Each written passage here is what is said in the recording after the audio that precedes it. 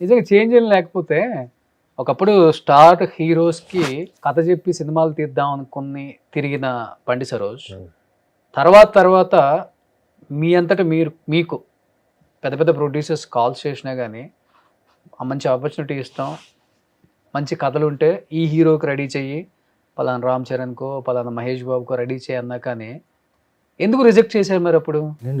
నేను వచ్చిందే జూనియర్ ఆర్టిస్ట్కి వచ్చానండి, హీరో అవుదామని వచ్చా. ఇక్కడ సిచ్యువేషన్ చూసా, ఇక్కడ మనల్ని ఎవడో హీరో చేయడు, మనమే చేసుకోవాలి. మనం చేసుకోవాలంటే మన బాబు దగ్గర డబ్బులు ఉండాలి, ప్రొడ్యూసరే ఉండాలి. అది లేదు, నా దగ్గర ఏముంది అంటే చిన్నప్పటి నుంచి నాకు క్రియేటివిటీ ఉంది. సో దీన్ని నన్ను నేను రెడీ చేసుకుందాం, క్రియేటర్ని అవుదాం, ఒక డైరెక్టర్ అయిన తర్వాత నన్ను నేను హీరోని చేసుకుందాం అని చెప్పి డైరెక్షన్ అనేది స్టార్ట్ చేశా. మీరు కథలు రాసుకోవడం, డైరెక్షన్ గురించి తెలుసుకోవడం, నేర్చుకోవడం ఇవన్నీ చేస్తున్నప్పుడు నన్ను అందరు క్రిటిసైజ్ చేసేవాళ్ళు. అరే నువ్వేంట్రా డైరెక్టర్ అంటే ఏమనుకుంటున్నావు అది ఇది అని. తర్వాత నేను వడ్డీ నవీన్, తారక రత్న ఇలా ఫ్లాప్ యాక్టర్స్ ఎవరైతే ఉన్నారో అప్పుడు మార్కెట్ లేని వాళ్ళు, వీళ్ళని మనం స్టార్లను చేస్తే మనకు పేరు వస్తుంది అని చెప్పి వాళ్ళతో కొంచెం జర్నీ చేశాను.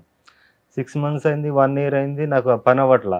అప్పుడు నాకు ఒక సీనియర్ కోఆర్డినేటర్ ఒక ఆయన చెప్పాడు అనమాట, అరే నువ్వు వీళ్ళతో టైం వేస్ట్ చేసుకోకు, మార్కెట్ అని ఒకటి ఉంటుంది, మార్కెట్ ఉన్న హీరోని పట్టుకుంటే ఆటోమేటిక్గా నీకు ప్రొడ్యూసర్స్ వస్తారు.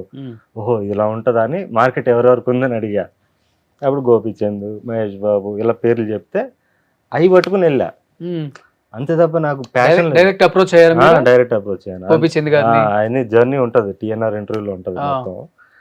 అక్కడి నుంచి నేను ఓకే మార్కెట్ ఉన్న యాక్టర్స్తో చేయాలని ఒక ఇగ్నోరెన్స్తోనే, అంతే తప్ప వాళ్ళతో చేయాలని ఒక ప్యాషన్ పిచ్చి లేదు. ఫస్ట్ నుంచి నా మీద నాకు పిచ్చి తప్ప వేరే వాళ్ళ మీద పిచ్చి లేదు. అంటే ప్రేక్షకులుగా అభిమానించాను కానీ వీళ్ళతో సినిమా చేయాలని లేదు. నేను కూడా వెళ్ళగవ్వాలని వచ్చా. ఓకే. సో అప్పుడు ఆ జర్నీలో చూసి ఇదంతా పెద్ద ప్రాసెస్ అనిపించింది, ఇదంతా చాలా మెంటల్ ప్రాసెస్, ప్లస్ ఒక క్రియేటర్గా నన్ను నేను చంపుకోలేను అనిపించి అప్పుడు నేను కొత్త వాళ్ళతో తీయడం స్టార్ట్ చేసి తర్వాత నాతో తీసుకున్నాక నేను అక్కడి నుంచి రియల్ సక్సెస్ స్టార్ట్ అయింది. నాతో నేను తీసుకున్నాకే స్టార్ట్ అయింది. ఓకే. కానీ మార్కెట్లో ఉన్న వాళ్ళతో తీస్తే మీకు మార్కెట్ వస్తుందని మీకు తెలుసు. కానీ అప్పుడు తీద్దాం అనుకున్నప్పుడు ఆ మార్కెట్లో మీకు స్పేస్ ఇవ్వలేదు. అంటే జర్నీ చూశాక నాకు ఆ జర్నీలో అనిపించింది ఏంటంటే, ఒక డైరెక్టర్, ఇప్పుడు బాల లాంటి డైరెక్టర్ కొత్త వాళ్ళతో స్టార్లను చేశాక ప్రూవ్ చేసుకున్న డైరెక్టర్కి వచ్చే మర్యాద ఒక రెగ్యులర్ కమర్షియల్ డైరెక్టర్స్ కి ఉండదు. ఎక్కడైనా సహజమే కదా అది, ఏ ఫీల్డ్ అయినా. నాకు తెలియదు కదండి, అన్ని తెలుసుకుంటున్నా మెల్లమెల్ల. ఇప్పుడు నేను పరాక్రమంలో కూడా చాలా మిస్టేక్స్ చేశాను మనం తీసిన సినిమా. ఇప్పుడు నేను ఎలా థియేట్రికల్ సినిమా తీయాలని ఇప్పుడు నాకు అవగాహన వచ్చింది. సో అంచెలంచెగా నేర్చుకుంటున్నాను నేను.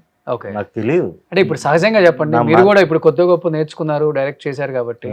నేను ఒక కొత్త డైరెక్టర్ అవుదాం అనుకుంటాను, ఒక అసిస్టెంట్ డైరెక్టర్ అనుకోండి, ఏదో మీరు బాధిస్తున్నారని మీ దగ్గరకు వస్తాను, మీ ఇంటికో మీ ఆఫీస్కో, సరోజ్ గారు నమస్తే అనగానే ఇలా అనుకుంటున్నానంటే రండి రండి రండి కూర్చోండి, అది వాటర్ తీసుకోండి, కాఫీ తాగుతారా టీ తాగుతారా అని అడుగుతారా? అడగం కదా, అడగం కదా, సహజం అది. ఇండస్ట్రీలో మన అదే అంటుంది. లేదు, నాకు కథ ఓకే అయిన తర్వాత ప్రాసెస్ గురించి చెప్తున్నా. అది ఓకే, స్టోరీ ఓకే అయ్యాక ఆ ప్రాసెస్ ఉంటుంది కదా, ప్రాసెస్లో చాలా మంది వస్తారు. ఇప్పుడు ఒక డైరెక్టర్ అంటే ఒక డైరెక్టర్ సోలో డెసిషన్ ఉండదు. ఇప్పుడు ఈ సినిమాకి కూడా ఇప్పుడు మొగ్లీ చూస్తున్నా కూడా పీపుల్ మీడియా ఫ్యాక్టరీ ఆయన విశ్వప్రసాద్ గారు కాబట్టి ఆయన ఫుల్ ఫ్రీడమ్ ఇచ్చారు. ఆయనకి అబ్బాయికి కూడా 5 years పట్టింది. అవును, కలర్ ఫోటో తర్వాత. సో ఇలాంటి ప్రొడ్యూసర్ దొరికాడు, ఫ్రీ హ్యాండ్ ఇచ్చే ప్రొడ్యూసర్.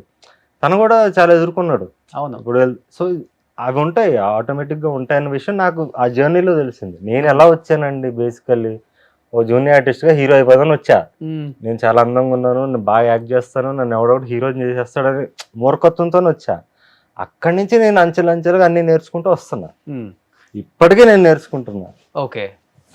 ఏంటి కానీ ఈ ట్రైలర్ తర్వాత పెద్దిలో కూడా ఆఫర్ వచ్చింది, చేయమన్నారు. ట్రైలర్ తర్వాత కాదు, ఎప్పుడు అడిగారా? బుచ్చిబాబు గారు పరాక్రమం షూటింగ్ అప్పుడే షూటింగ్ లో స్పాట్కి వచ్చి అడిగారు, మంచి రోల్ ఉందండి అంటే, నేను క్యారెక్టర్స్ చేయను సార్ ఏమనుకోవద్దు, I'm very happy that you identified me, but నాకు క్యారెక్టర్స్ చేయను అని చెప్పాను. తర్వాత ఆయన నేను ప్రీ రిలీజ్ ఈవెంట్ పిలిచినప్పుడు వచ్చారు ఆయన, పాపం అదే మనసులో పెట్టుకోకుండా కూడా. We have good relation. అది వన్ ఆఫ్ ది ఆఫర్స్. నాకు ఇలాంటివి చాలా వచ్చినాయి. ఓకే. అంటే చాలా మంది ఆడియన్స్ ఏమనుకుంటున్నారంటే అన్నకి రావట్లేదు ఆఫర్స్, చాలా వస్తున్నాయి, నేను Okay. చేయట్లేదు. ఎందుకంటే నటుడు అనేవాడు కొవ్వొత్తులు అంటాడండి, ఉమ్, ఎంత వెలిగితే అంత కరిగిపోతాం. ఉమ్, కరెక్ట్గా వెలగాలి, ఉమ్, అది నా గోల్. ఓకే. సో అందుకని నేను విపరీతంగా సినిమాలు చేసేయాలి, కనిపించిపోవాలి ఆడియన్స్, కానీ అది లేదు నాకు. ఆ, ఎందుకంటే అలా కనిపించిపోయామంటే మనం కరిగిపోతాం తెలియకుండా, ఆ. డైల్యూట్ అయిపోతాం. అంటే నాకు అది ఇష్టం అంటే లేదు. నెంబర్ ఆఫ్ మూవీస్ చేయాలని ఏం లేదు. అంటే నేను తీసిన- కనిపించానంటే అది రీజనబుల్గా ఉండాలని, ఇంపాక్ట్ ఉండాలి చేసే వర్క్, వెయిటేజ్ ఉండాలి క్యారెక్టర్ ఎస్పెషల్లీ. బట్ ఇలాంటి వెయిటేజ్ ఉన్న క్యారెక్టర్స్ వస్తే మూవీ లాగా ఇంకా చేయరా? ఇది కూడా క్యారెక్టర్ కాదు, మీరు సినిమా చూస్తే అర్థమైంది ఉమ్. ఎందుకు చేశానని. ఏంటి మరి ఫైనాన్షియల్ గా మీకు ఎక్కడి నుంచి వస్తుంది ఆదాయం? సినిమాలు చేయను, సినిమా ఇండస్ట్రీలోనే ఉండాలి కానీ సినిమాలు చేయను, వేరే వాళ్ళే నాదే తీసుకుంటాను. అదే చేసుకోవాలి. మరి ఎట్లా అంటే బాగా సంపాదించున్నారా బిఫోర్ చేసిన సినిమాలకి? ఏం లేదు. ఎందుకంటే ఒక సినిమాకి కూడా ఫోన్ పే నెంబర్ అంతా పెట్టారు కదా కింద, అవును. రాజో పే అన్ని కూడా. ఆ సినిమాకి బాగానే వచ్చాయా? ఏం లేదు, డబ్బులే ఉందండి, మనం సక్సెస్ కొడితే వస్తాయి. మనీ విల్ ఫాలో కదండి, ప్యాషన్ నమ్ముకుని వెళ్ళాలి. ఫ్యాషన్ ఓకే, డబ్బు కూడా ఇంపార్టెంటే కదా, నడిపించేది అదే ఆ సినిమా ఇండస్ట్రీని. డబ్బు అంటే దేనికి కావాలండి, నాకు లగ్జరీ లేదు. నా లైఫ్లో లగ్జరీకి నేను ఇంపార్టెన్స్ ఇవ్వను. ఇల్లు కొనుక్కున్నారు కదా? లేదు లేదు లేదు, ఆ. రెంటే నేను ఉండేది, రెంట్ హౌసే. కార్? కార్ లేదు నాకు. ఆ. నాకు బయటికి వెళ్ళను కదండి, కార్ ఎందుకు నాకు. ఓకే, వెళ్ళాలనుకుంటే క్యాబా? అంతే, క్యాబ్స్ ఉన్నాయి కదా. ఓకే. అంటే నేను చాలా రీజనబుల్గా ఉంటా, నా లైఫ్ రీజనబుల్గా లీడ్ చేస్తున్నా. నిజంగా నాకు లగ్జరీ వచ్చాక కూడా నేను పెద్ద పెద్ద కార్లు అయితే కొనుక్కోను, సింపుల్గా మంచిగా. ఇప్పుడు నాకు రజనీకాంత్ గారు ఇప్పటికే అంబాసిడర్లో పోతాడు ఆయన. సో నాకు అలాంటి సింపుల్ లైఫ్ ఇష్టం. నా ఇన్వెస్ట్మెంట్ మొత్తం సినిమా మీద ఉంటుంది. ఇప్పుడు నేను పరాక్రమం 2 కోట్లు నేను సంపాదించిందంతా సినిమా మీద పెట్టా. అయితే ఫ్రెండ్స్ దగ్గర అక్కడి నుంచి ఇక్కడి నుంచి తెచ్చిందంతా పెట్టా, డబ్బులు రాలేదు. ఓకే, ఇంకో గుణపాఠం నేర్చుకున్నాం, మళ్ళీ చేద్దాం, ఈసారి కొడదాం, అట్లా. ఒక ఆది నారాయణ మూర్తి గారు లాగా అనిపిస్తుంటారు అప్పుడప్పుడు.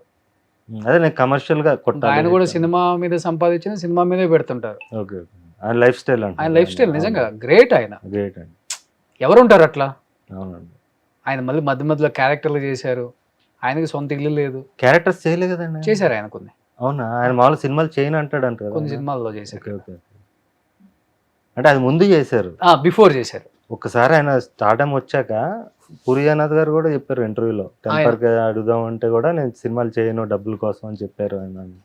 చేయరండి మామూలుగా. అవును, కొన్ని కట్టుబాట్లు బాగుంటాయి కొంతమందిలో, కొంతమందికి మాత్రమే సెట్ అవుతాయి. Like you.